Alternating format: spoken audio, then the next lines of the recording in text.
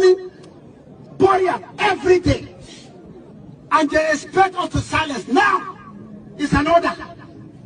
Nigerian government came out openly and denied there is no massacre, there is no genocide of Christians in Nigeria. And look at it today.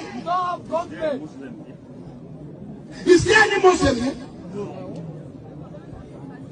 United Nations, I know you're watching it. American Senate, you are watching what I'm doing, I'm saying here. Special advisor to Trump. Now, please tell Trump to save our life in Nigeria. They are killing Christians in Nigeria, massacre Christians. If they say they kill Muslims, Muslims are being killed. By who? By Muslims.